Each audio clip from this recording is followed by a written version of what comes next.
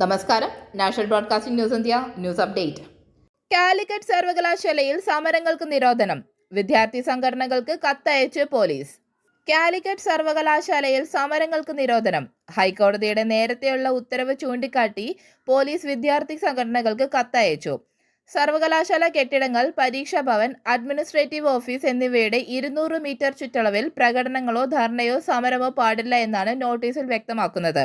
കുറച്ചു ദിവസങ്ങളിലായി കാലിക്കറ്റ് സർവകലാശാല ഒരു സമരത്തിന് വേദിയായി മാറിയിട്ടുണ്ടായിരുന്നു.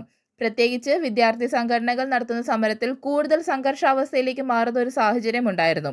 ഈയൊരു ഘട്ടത്തിലാണ് ഇപ്പോൾ തേഞ്ഞിപ്പാലം SHO വിദ്യാർത്ഥി സംഘടനകൾക്ക് കത്ത് നൽകിയിരിക്കുന്നത്.